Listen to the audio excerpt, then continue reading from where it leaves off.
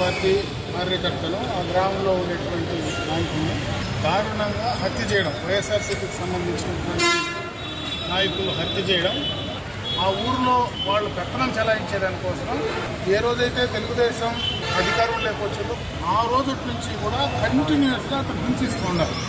గత వైసీపీ హయాంలో ఎవరైతే పోలీసులు ఆ పోలీస్ స్టేషన్లో వైసీపీ నాయకులకు ఆ రోజు అడుగులకు మడుగులు ఎక్కినటువంటి కింద స్థాయి అధికారులు ఉన్నారో ఈ రోజు కూడా ఉన్నారు. ఈ రోజు కూడా అదే కానిస్టేబుల్ ఉన్నారు, అదే నాయకులు ఉన్నారు. వాళ్ళ ద్వారానే జరిగేటువంటి ఇల్లీగల్ పనులన్నీ జరుగుతూ ఉన్నాయి.